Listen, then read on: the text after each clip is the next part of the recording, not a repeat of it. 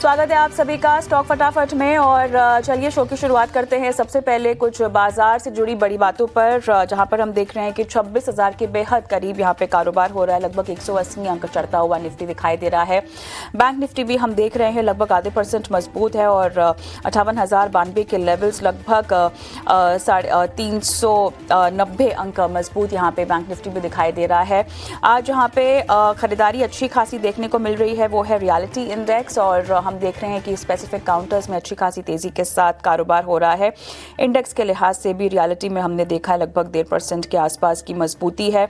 वहीं PSU bank भी दूसरा एक इंडेक्स जहां पर हम देख रहे हैं दमदार खरीदारी होती हुई और लगभग 1.5% मजबूत इंडेक्स भी हमें देखने को मिल रहा है। लेकिन इन सब के अलावा अगर आप देखें तो आईटी लगभग आधा % मजबूत, ऑटो में तेज़ी कम है लेकिन फिर भी हम देख रहे हैं 0.25% की तेज़ी के साथ आईटी इंडेक्स, एफएमसीजी और मेटल एक ऐसा पैक जहां पे 1% के पार की मजबूती के साथ फिलहाल कारोबार होता हुआ दिखाई दे रहा है। बैंकिंग स्पेस में अगर हम देखें पीएसयू के अलावा प्राइवेट बैंकिंग में कमजोरी थोड़ी सी कम है लेकिन फिर भी यहाँ पर 1.25% तक की मजबूती के साथ कारोबार होता हुआ दिखाई दे रहा है। लेकिन चलिए हमारे मेहमान भी हमारे साथ आज जुड़े हुए हैं, साथ ही आपके स्क्रीन पर हम निफ्टी के टॉप गेनर्स और लूजर्स की भी सूची एक बार फ्लैश करेंगे। लेकिन मेहमान का स्वागत कर लेते हैं। जेएम फाइनेंशियल के तेजस शाह हमारे साथ जुड़े हुए हैं। तेजस, हाय आफ्टरनून, स्वागत है आपका। और बाजार काफ़ी वॉलेटाइल है, हालांकि मार्केट ब्रेथ में अभी भी हम देख रहे हैं कि एडवांसेस थोड़े से मजबूत दिखाई दे रहे हैं, लेकिन इंडिया विक्स भी फिलहाल 8.5% के आसपास दिखा रहा है, जिसका मतलब काफ़ी वॉलेटिलिटी तेज बाजार में दिखाई दे रही है। तेजस, बाजार को आप फिलहाल इस घंटे कैसे देख रहे हैं और लगातार 26,000 के बेहद करीब हम कारोबार कर रहे हैं? गुड आफ्टरनून आपको और सभी दर्शकों को मेरा नमस्कार। निफ्टी की हम बात करें तो निफ्टी में हमने ऑलमोस्ट 1500 पॉइंट्स की एक रैली देखी थी in the month of October, since first week of October, और उसके बाद पिछले 2-3 दिनों से हम हल्की सी मुनाफा वसूली देख रहे हैं ऊपरी स्तरों से निफ्टी में। बट ओवरऑल अगर चार्ट स्ट्रक्चर देखेंगे तो अभी भी काफी स्ट्रांग है। एक तो हल्का सा साइडवेज कंसोलिडेशन हो सकता है या तो माइनर प्राइस रिट्रेसमेंट हो सकता है। 25,700 का एक मेजर सपोर्ट है, जब तक ये होल्ड करता है निफ्टी एक नया हाई लगा सकता है आने वाले दिनों में। और बैंक निफ्टी की बात करें तो बैंक निफ्टी ने तो प्रीवियस जो उसका ऑल टाइम हाई लेवल था उसके ऊपर भी क्लोजिंग दी है ऑन अ वीकली बेसिस। तो बैंक निफ्टी का स्ट्रक्चर रिलेटिवली स्ट्रॉन्गर है। बाय ऑन डिप्स की रणनीति रखनी चाहिए बैंक निफ्टी में। किसका अगर लंबी अवधि का नजरिया है तो डिप में खरीदारी कर सकते हैं with a positional stop loss below 56,900। और मुझे लग रहा है आने वाले दिनों में 15 से 20 दिन का अगर नजरिया रहेगा तो बैंक निफ्टी में हम 60,000 तक के भी स्तर देख सकते हैं। तो निफ्टी और बैंक निफ्टी दोनों में बाय ऑन डिप्स की रणनीति रखनी चाहिए। निफ्टी बैंक निफ्टी दोनों में आपके मुताबिक बाय ऑन डिप्स की रणनीति यहाँ पर बनानी चाहिए। और आज के कारोबार के लिए कोई आपकी खास ट्रेडिंग कॉल्स जो आप रेकमेंड करना चाहते हैं? तो हिंदुस्तान पेट्रोलियम हमें अच्छा लग रहा है। ये स्टॉक ने एक अच्छा खासा करेक्शन के बाद एक रिवर्सल पैटर्न फॉर्म किया है। और डेली चार्ट एक मॉर्निंग स्टार पैटर्न फॉर्म हुआ है। आज थोड़ा सा चल गया है तो डिप में खरीदारी करिए। 449 450 will be the ideal level to go long in HPCL with a stop loss below 438। इसका पहला लक्ष्य रहेगा 463 का और दूसरा लक्ष्य रहेगा 475 का। और दूसरा जो मेरा ट्रेडिंग कॉल है वो है PNB. Banking as a space हमें काफी अच्छा लग रहा है और पीएसयू बैंक हमें लग रहा है आने वाले दिनों में आउट परफॉर्मेंस दिखा सकता है। वीकली चार्ट पे एक ब्रेकआउट हुआ है पीएनबी में, एक राइजिंग चैनल में स्टॉक ट्रेड कर रहा है, हायर टॉप हायर बॉटम के फॉर्मेशन है, plus short term moving average के ऊपर ट्रेड कर रहा है। तो ये स्टॉक में भी 118 के करीबन खरीदारी कर सकते हैं with a stop loss below 114। इसका पहला लक्ष्य रहेगा 123 का और दूसरा लक्ष्य रहेगा 128 का। और इसमें time horizon will be 8 to 10 working days. चलिए, आज से 10 वर्किंग डेज के लिए यहाँ पे रणनीति आप बता रहे हैं बाइक और एचपीसीएल और पीएनबी में आती हुई। पीएनबी में जहाँ तक टारगेट्स की बात है 123 128 के टारगेट्स आप रेकमेंड कर रहे हैं, स्टॉप लॉस 115 का। और एचपीसीएल में टारगेट्स 462 से लेकर 475 तक के रेकमेंड किए जा रहे हैं, स्टॉप लॉस 438 का आप रेकमेंड कर रहे हैं। तो जिसकी तरफ से ये रणनीति ट्रेडिंग कॉल्स के तहत। लेकिन चलिए न्यूज़ मेकर काउंटर्स की शुरुआत करते हैं और सबसे पहले कोफोर्ज का जिक्र करना होगा। तेजस, दमदार दूसरी तिमाही के नतीजे क्वार्टर ऑन क्वार्टर बेसिस पे अगर हम देखें तो एबिटा मार्जिन कंसोलिडेटेड बेसिस पे 274 बिप्स यहाँ पर ऊपर जाता हुआ देखने को मिला है। कंसोलिडेटेड एबिटा अगर देखें तो वो भी लगभग 34.2% मजबूत होकर क्वार्टर ऑन क्वार्टर बेसिस पे आंकड़ा 561 करोड़ के आसपास आता हुआ देखने को मिला है। ऑन ऑल फ्रंट्स यहाँ पर एस्टिमेट्स को बीट करते हुए नंबर्स और टियर 2 आईटी काउंटर है ये, और अब ऐसे में दमदार नतीजे चार्ट्स के बेसिस पे बताइएगा कि कितनी तेज़ी और मुमकिन है, और फिलहाल क्या यहाँ पर कुछ रणनीति बनानी चाहिए। बाय कॉल अगर रेकमेंड भी आप कर रहे हैं तो क्या थोड़ा सा कमज़ोर हो काउंटर कीमतों में उसके बाद खरीदारी करें, क्या रिकमेंडेशन होगी?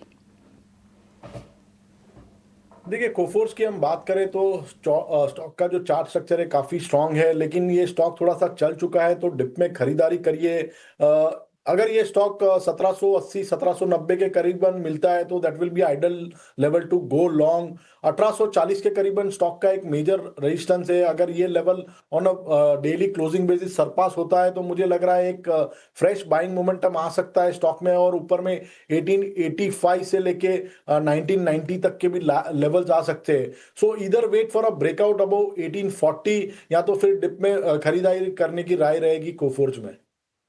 यहाँ पे डिप में खरीदारी करें 1885 या 1990 तक के लेवल्स भी यहाँ पर देखने को मिल सकते हैं। एक बार तेज़ी का मोमेंटम जो है ये काउंटर पकड़ लेता है, लिहाजा बाय ऑन डिप्स की सलाह कोफोर्ज में। तेजस, अगला न्यूज़ मेकर काउंटर पर हम बढ़ेंगे और ये है एस्लेरेक्स। बायबैक की मंजूरी मिल गई है बोर्ड से लगभग 300 करोड़ की, 4,500 रुपये प्रति शेयर के भाव पर जो है बायबैक करने की सलाह यहाँ पर की मंजूरी जो है मिलती हुई दिखाई दे रही है। और इसके साथ साथ अगर Q2 नंबर्स भी हम देखें तो वो भी आए हैं, जहाँ पर बेट मार्जिन लगभग 310 पिप्स क्वार्टर ऑन क्वार्टर ऊपर चढ़ा है। पैट की बात करें तो 29.3% का इजाफा क्वार्टर ऑन क्वार्टर, 183 करोड़ का नंबर। रेवेन्यू 1005, यहाँ पे 7.5% का आसपास quarter on quarter, almost in line numbers यहाँ पर आते हुए देखने को मिले हैं। टेक्निकली चार्ट्स पे किस तरह प्लेस्ड है और ओवरऑल ट्रैजेक्टरी इसकी किस ओर जाती हुई दिखाई दे रही है? देखिए, ई क्लर्क्स की बात करें तो स्टॉक का चार्ट स्ट्रक्चर काफी पॉजिटिव है। स्टॉक ने एक नया ऑल टाइम हाई बनाया है। इसका जो प्रीवियस ऑल टाइम हाई था 4640 का, वो भी आज सरपास हो गया है, और मेरे हिसाब से स्टॉक उसके ऊपर सस्टेन कर रहा है। तो ये स्टॉक में भी बाय ऑन डिप्स की रणनीति रख सकते हैं। स्टॉप लॉस 4500 का लगाना पड़ेगा। पहला लक्ष्य रहेगा 5000 का, और वो सरपास होता है तो सेकेंड टारगेट विल बी 5100। चलिए, 5100 तक के टारगेट्स पे यहाँ पे देखने को मिल सकते हैं, लिहाजा बाय ऑन डिप्स की सलाह आप दे रहे हैं। लेकिन चलिए आगे बढ़ते हैं और अगला काउंटर हमारे रडार पे ज़ेन टेक्नोलॉजीज़ का है, और यहाँ पर जो नतीजे आए हैं उन पर फोकस कर लेते हैं। दूसरी तिमाही में यहाँ पर मुनाफा जो है लगभग 4.6% घटता हुआ दर्ज हुआ है ईयर ऑन ईयर बेसिस पे। यहाँ पर थोड़ा सा वीक एग्जीक्यूशन, रेवेन्यूज़ में भी हमने देखा है कि गिरावट आई है।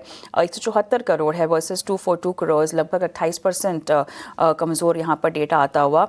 एबिटा मार्जिन हम देख रहे हैं 37.3% वर्सेस 33.1%, 422 बिप्स का इजाफा हुआ है। लेकिन एबिटा अगर आप देखिए तो 65 करोड़ के आसपास लगभग 19% की कमी यहाँ पर देखने को मिली है। नेट प्रॉफिट में भी आंकड़ा थोड़ा सा कमज़ोर 4.6%। ओवरऑल चार्ट स्ट्रक्चर बताइएगा ज़ेन टेक्नोलॉजीज़ का। देखिए, ज़ेन टेक्नोलॉजी की बात करें तो चार्ट स्ट्रक्चर काफी वीक है। लोअर टॉप लोअर बॉटम के फॉर्मेशन है, और शॉर्ट टर्म मूविंग एवरेजेस और लॉन्ग टर्म मूविंग एवरेज के नीचे ट्रेड कर रहा है। तो मेरे हिसाब से अभी ये स्टॉक अवॉइड करना चाहिए। चार्ट स्ट्रक्चर थोड़ा सा वीक है, तो टाइम बिंग अवॉइड करिए। थोड़ा सा अवॉइड करने की सलाह आप दे रहे हैं। लेकिन अगला काउंटर SBI लाइफ का है, 3.5% के पार की तेज़ी अभी तक के ट्रेड में हम देख रहे हैं, और ये अच्छे नतीजों के दम पर ऑलरेडी स्टॉक रिएक्ट करता हुआ दिख रहा है। और जो नंबर्स आए हैं देखिए, VNB मार्जिन यहाँ पर 27.9%, 26.9% के मुकाबले, और ईयर ऑन ईयर अगर हम देखें तो अच्छा खासा इजाफा यहाँ पर। VNB अगर आप देखें 1660 करोड़ रुपए का आंकड़ा यहाँ पे दर्ज है, 14.5% ईयर ऑन ईयर बेसिस का इजाफा। APE 5950 करोड़, यहाँ पे 10% का इजाफा ईयर ऑन ईयर बेसिस। और एक बार अगर आप APE देखें तो यहाँ पर हमारे 89 के पोल के मुकाबले 5950 पर नंबर आता हुआ देखने को मिला है, और आज भी हम देख रहे हैं 3.5% के पार मजबूत काउंटर रिएक्ट भी कर रहा है। बताइएगा चार्ट्स के लिहाज से ओवरऑल किस तरह का मोमेंटम बन रहा है। पिछले 5 दिन का सेशन देखें या 1 महीने का हम देखें तो अपवर्ड ट्रैजेक्टरी ही दिखाई दे रही है, क्या कहेंगे? देखिए, एसबीआई लाइफ की हम बात करें तो चार्ट स्ट्रक्चर काफी स्ट्रांग है, लेकिन जो स्टॉक का जो previous all time high level था 1936 का, स्टॉक वहां पे मुझे लग रहा है थोड़ा सा रेस करेगा। तो ये लेवल पे खरीदारी की सलाह नहीं है। अगर 1936 से 1940 का लेवल सरपास होता है ना क्लोजिंग बेसिस, तो ही बाय करना चाहिए। अगर किसी के पास पोजीशन है तो एक ट्रेलिंग स्टॉप लॉस के साथ होल्ड कर सकते हैं। 1864 का एक ट्रेलिंग स्टॉप लॉस रहेगा। जब तक ये लेवल के ऊपर ट्रेड कर रहा है, स्टॉक का जो बायस है वो पॉजिटिव है। ट्रेलिंग स्टॉप लॉस यहाँ पे आप रख सकते हैं 1864 का, और बाय ऑन डिप्स की सलाह यहाँ पर भी फिलहाल दी जा रही है। खरीदा हुआ है तो आपको होल्ड करने की सलाह। तेजस, आप हमारे साथ बने रहें, एक छोटा सा ब्रेक लेना है, लेकिन ब्रेक के उस पार स्टॉक स्पेसिफिक खबरें तो है ही, साथ ही न्यूज़ मेकर पर भी जान रहे हैं हम तेजस की आज की रणनीति। ब्रेक के बाद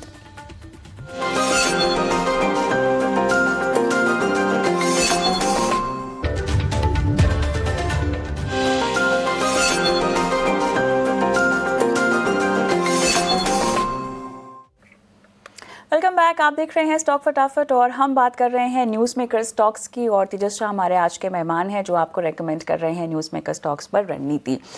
तेजस, वेलकम बैक। और एनसीसी हमारा अगला स्टॉक होगा जहां पर सेंट्रल कोलफील्ड का जो करार हुआ है लगभग 6,828 करोड़ के आसपास, ये हमने करार होता हुआ देखा है। फिलहाल काउंटर आर्चर कारोबार में लगभग 2% के आसपास की मजबूती दिखा तो रहा है, लेकिन पिछले 5 सेशन में भी हम देख रहे हैं कि इतनी ही मजबूती के साथ कारोबार हुआ है। ऑलमोस्ट 1 मंथ का हम एक चार्ट भी देखें तो काफ़ी यहाँ पर वॉलेटिलिटी रही है, और 204 मेरे ख्याल से एक ऐसा लेवल जहाँ पर ये काउंटर टच भी हुआ है पिछले 1 महीने में, बट ओवरऑल काफ़ी रेंज बाउंड है और काफ़ी वॉलेटाइल है। क्या कहेंगे आप तेजस? सही फरमाया आपने। स्टॉक जो है एक ब्रॉडर रेंज में फंसा हुआ है। नीचे में जो सपोर्ट जोन है वो 202 204 के करीबन है, और ऊपर में जो रेजिस्टेंस है वो 222 से लेके 225 के करीबन है। मुझे लग रहा है जब तक ये रेंज के बाहर नहीं जाता है, टाइमिंग अवॉइड करना चाहिए। अगर 225 के ऊपर डिसिसिवली क्लोज देता है तो मुझे लग रहा है 8 से 10% की रैली हो सकती है। सो टाइमिंग अवॉइड करिए जब तक ये कंसोलिडेशन बैंड के बाहर नहीं निकलता है। एक बार ब्रेकआउट आएगा तो फ्रेश एंट्री कर सकते हैं स्टॉक। उसके बाद फ्रेश एंट्री करने की सलाह आपको फिलहाल दी जा रही है। आरआईएल की बात करते हैं, और ये जो है आज का हैवी वेट, और एक तरह से हम देख रहे हैं ऑलमोस्ट 2% के आसपास की तेजी के साथ भी कारोबार कर रहा है।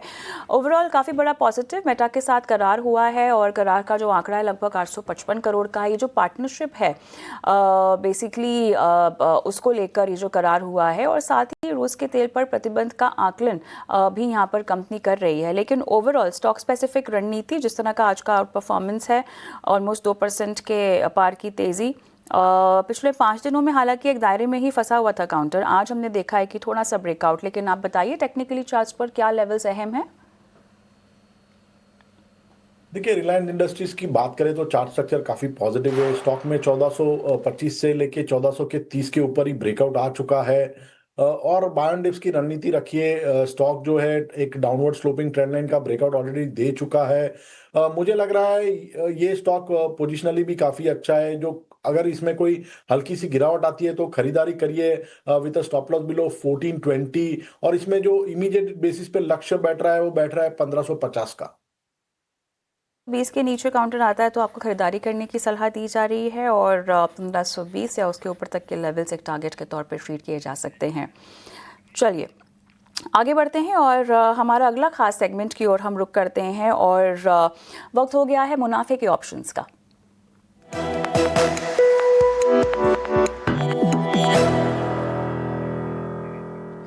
रत्नेश गोयल हमारे आज के मेहमान हैं जो हमारे साथ जुड़ गए हैं मुनाफे के ऑप्शन पे अपनी रणनीति देने के लिए। रत्नेश, हाय आफ्टरनून, स्वागत है आपका स्टॉक फटाफट में।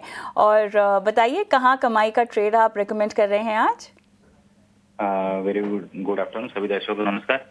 मुझे ऐसा लगता है कहीं ना कहीं बाजार थोड़ा सा यहाँ पे थोड़ा सप्लाई ले रहा है, तो कहीं ना कहीं यहाँ पे थोड़ा सा एक छोटे से एक्सपायरी के पहले कहीं एक थोड़ी सी मुनाफा वसूली के चांसेस जब तक अब बैंक निफ्टी 300 के ऊपर नहीं निकलती, थोड़ा बहुत मुनाफा वसूली देखने को मिल सकती है। 57,800 का एक पुट लेने की सलाह रहेगी। 80 रुपए के आसपास में चल रहा है, 50 रुपए का ऐसे लगाएगा। जो टारगेट बन सकता है 140 रुपए का, तो जो मैक्सिमम लॉस हो सकता है वो 1050 का, जो प्रॉफिट बन सकता है वो 2100 रुपए का रेकमेंड आपने किया है। और इस पूरी रणनीति में अधिकतम मुनाफा जो है 2100 का आपने आकलन किया है और लॉस 1050 का। बहुत बहुत धन्यवाद आपका रत्नेश आज की ये रणनीति बताने के लिए। और झटपट एक डिस्क्लेमर भी आपको बता देते हैं, क्योंकि बहुत ज़रूरी है सतर्कता बरतना अगर आप एफ में ट्रेडिंग कर रहे हैं। अधिकतर समय ये पाया गया है कि 10 में से 9 लोगों को नुकसान ही हुआ है, इसीलिए सावधानी से आगे बढ़े, सलाह मशवरा लेकर ही आप आगे बढ़ें। चलिए एक बार फिर से रुक करते हैं न्यूज़ मेकर काउंटर्स की ओर। और तेजस हमारे आज के मेहमान बने हुए हैं। तेजस नेटवर्क्स पर बात करेंगे, जहां पर एक ऑर्डर मिला है कंपनी को DWDM नेटवर्क्स के लिए। पावरटेल से यहां पर ऑर्डर मिला है और जो डिटेल्स ऑर्डर को लेकर आ रही है 400 GBS के आसपास का ये ऑर्डर है जो पावरटेल से मिला है। ओवरऑल स्टॉक में लगभग 1.5% के आसपास की बढ़त। आप बताइए टेक्निकली चार्ट्स पर कोई शॉर्ट टर्म रणनीति क्या इनिशिएट करनी चाहिए? देखिए, तेजस नेटवर्क की बात करें तो लगातार ये स्टॉक एक अंडर परफॉर्मर रहा है। लोअर टॉप लोअर बॉटम के फॉर्मेशन है। इसका जो सपोर्ट है वो करीबन 535 के करीबन है। वहां से स्टॉक ने एक बाउंस दिया है, बट तकनीकी रूप पे देखेंगे तो जब तक ये स्टॉक 590 का लेवल ऊपर में निकालता नहीं है, बायस हल्का सा नेगेटिव है, तो टाइमिंग मुझे लग रहा है शॉर्ट टर्म ट्रेडिंग के हिसाब से अवॉइड करना चाहिए। और मैं एक डिस्क्लेमर भी देना चाहूंगा, ये स्टॉक में मेरी निजी निवेश है, तो please consult your financial advisor before taking any position.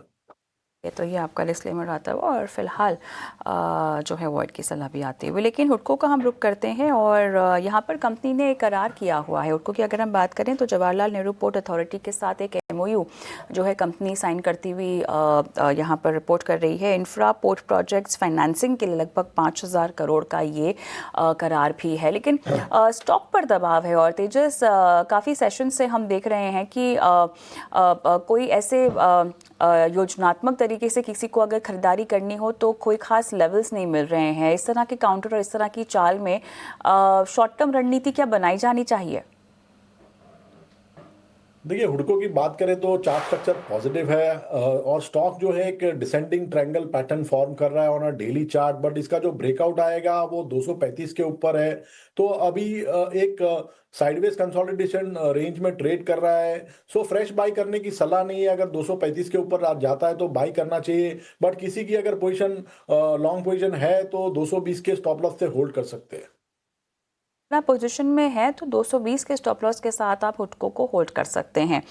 और आज का एक और news maker stock Vodafone idea, जहां पर सुप्रीम कोर्ट ने वोडाफोन आइडिया को बड़ी राहत दी है।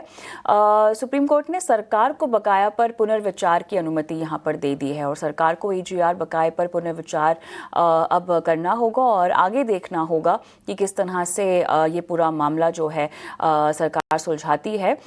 काफ़ी दमदार तेज़ी हमने देखी थी, लेकिन अब वो थोड़ी सी तेज़ी में कमी आती हुई जहाँ तक स्टॉक की फ़िलहाल की ट्रेड करने की पोजीशन है, तो हम देख रहे हैं 1.5% के साथ यहाँ पर कारोबार हो रहा है तेज़ी के साथ। लेकिन क्या करना चाहिए? थोड़ा सा जो असमंजस था, अनिश्चितता थी, वो थोड़ी सी तो दूर हुई है, लेकिन अब सरकार के खेमे में जो है गेंद चली गई है।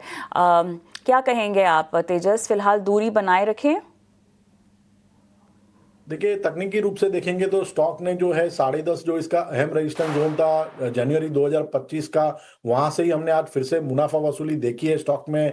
तो मेरे हिसाब से अगर किसी को फ्रेश पोजीशन लेनी है तो wait for a clear cut breakout about 10.5 timing. मुझे लग रहा है ये स्टॉक एक कंसोलिडेशन दायरे में जा सकता है। नीचे में जो पोजिशनल सपोर्ट है वो 8 रुपए के करीबन है और जो हर्डल है वो 10.5 के करीबन है। सो अगर किसी को बाई करना है तो डिप में खरीदारी करिए, करंट लेवल पे एडवाइजेबल नहीं है। अगर 10.5 के ऊपर ब्रेकआउट आता है तो ही फ्रेश पोजीशन बनानी चाहिए। और मैं ये स्टॉक में एक डिस्क्लेमर देना चाहूंगा, ये स्टॉक में भी मेरा निजी निवेश है, तो please consult your financial advisor before taking any position. Absolutely, अगर 10.5 के पार जाता है तब जाके ही थोड़ा सा आपको बाइंग इनिशिएट करने की सलाह फिलहाल दी जा रही है। लेकिन तेजस, हैविंग सेड दैट, इस पूरे क्षेत्र में कहीं पर और आपकी बाय कॉल जहां पे आप रेकमेंड करना चाहेंगे? देखिए, मेरे हिसाब से भारतीय एयरटेल एक अच्छा स्टॉक है। स्टॉक ने एक नया ऑल टाइम हाई भी लगाया आज के सत्र में। तो और जो चार्ट स्ट्रक्चर देखेंगे तो ये भी काफी स्ट्रांग है। ये स्टॉक में खरीदारी की जा सकती है on a minor dip with a stop loss below 2000। मुझे लग रहा है आने वाले दिनों में ये स्टॉक 2150 से लेके 2200 तक के भी लेवल्स दिखा सकता है। तो बाय ऑन डिप्स की रणनीति रखिए भारतीय एयरटेल में with a stop loss below 2000। 2000 के नीचे का स्टॉप लॉस। भारतीय एयरटेल इस पूरे क्षेत्र में आपकी आज की पिक है और 2150 से लेकर 2280 तक के टारगेट्स देखने को मिल सकते हैं। तेजस, बहुत बहुत धन्यवाद आपका, आज आप जुड़े और तमाम न्यूज़ मेकर स्टॉक्स पर अपनी राय रखी, अपनी रणनीति भी आज दर्शकों को बताई। धन्यवाद।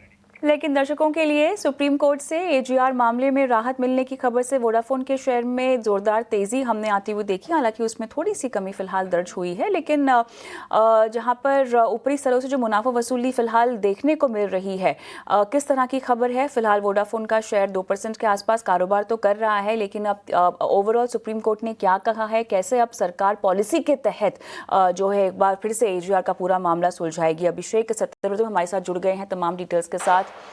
अभिषेक, बताइए।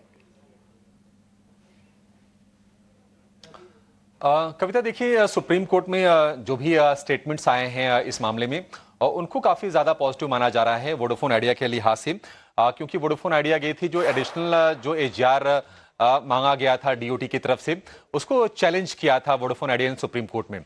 और सुप्रीम कोर्ट ने यह कहा है कि एक पॉलिसी से जुड़ा यह विषय है और केंद्र सरकार अगर चाहे तो कंपनी को राहत का फैसला ले सकती है और सरकार को इस फैसले में कोई रोक या हस्तक्षेप हम नहीं करेंगे।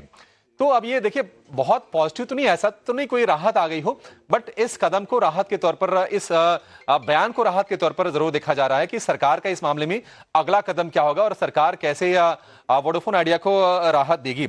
आपको बता दें कि कंपनी ने एजीआर बकाये के पुनर्मूल्यांकन और पुनर्मिलान करने की मांग की थी और करीब 5600 करोड़ रुपए के एजीआर ड्यू को उन्होंने चैलेंज किया था। तो अब मामला यह है कि अब सरकार के पास दो विकल्प हैं, या तो सरकार कंपनी को मॉरेटोरियम दे दे या फिर मतलब कि टाइम बढ़ा दे पेमेंट की जो भी अवधि है, या फिर एजीआर में जो बकाये हैं, जुर्माने हैं, उसमें माफी दे दे। अब देखिए, इसमें सरकार का एंगल क्या है। सरकार वोडाफोन आइडिया में सबसे बड़ी हिस्सेदार है, 49% के आसपास की हिस्सेदारी है और अगर कंपनी को नुकसान होता है तो निश्चित तौर पर सरकार के भी निवेश पर नुकसान होगा। सरकार ने मार्च 2025 में, इसी साल में, एडिशनल स्टेक लिया था वोडाफोन आइडिया में और अपनी हिस्सेदारी को बढ़ा के 49% कर दिया था। 10 रुपए के भाव के आसपास उन्होंने स्टेक लिया था। सरकार सबसे बड़ी हिस्सेदारी है 49% हिस्से के साथ और Vodafone PLC, Aditya Birla group की, दोनों की अगर हम मिला दें तो 25% के आसपास का हिस्सा बैठता है। तो इसमें सरकार का जो इंटरेस्ट है वो निश्चित तौर पर ज्यादा है, सरकार का हित भी जुड़ा हुआ है। अगर हम एजीआर बकाया की बात करें वोडाफोन आइडिया के, तो कुल एजीआर बकाया 83,000 करोड़ का है, ब्याज 28,000 करोड़ का है, जुर्माना करीब 6,000 करोड़ का, ब्याज नहीं चुकाने पर जो जुर्माना लगा था 11,150 करोड़ रुपए के आसपास का है। लेकिन दिक्कत की बात यह है कि वोडाफोन आइडिया ये चुकाएगी कैसे, क्योंकि अगर आप देखेंगे पिछले क्वार्टर तक, यानी कि जून तिमाही तक, कंपनी के पास जो कैश बैलेंस था वो 6,830 करोड़ रुपए था और कंपनी को सालाना 18,000 करोड़ रुपए का पेमेंट करना है। पहले सुप्रीम कोर्ट ने कई बार एजीआर माफी की जो अर्जी थी उसको खारिज कर दी थी, लेकिन वोडाफोन आइडिया के बयान ये आया था कि सरकार से अगर सपोर्ट ना मिला तो कंपनी चलाना निश्चित तौर पर संभव नहीं हो जाएगा और बड़ा मुश्किल होगा। हालांकि अगर हम शेयर भाव की बात करें तो आज हम ऊपरी स्तरों से प्रॉफिट टेकिंग देख रहे हैं, लेकिन पिछले एक महीने में करीब 20% के आसपास की तेजी है, 6 महीने में 34%, इस साल में 25%, एक साल में 21%। कुल मिलाजुलाकर सरकार ने अब जो गेंद है वो सरकार के पाले में डाल दी है। अब सरकार को डिसाइड करना होगा कि सरकार अपने बकाये को वसूलने के लिए कंपनी पर प्रेशर बढ़ाती है, क्या करती है, या फिर अपने फाइनेंशियल इंटरेस्ट को देखकर, जो कि सरकार सबसे बड़ी हिस्सेदार है, सरकार कंपनी को कुछ माफी देती है और कुछ राहत देने का फैसला करती है। बिल्कुल, शुक्रिया इस पूरे अपडेट के लिए अभिषेक। और स्टॉक फटाफट को हम यहीं समाप्त करते हैं, छोटा सा ब्रेक लेते हैं, ब्रेक के उस पार लेकर आएंगे कॉर्पोरेट कनेक्शन। बने रहे हमारे साथ।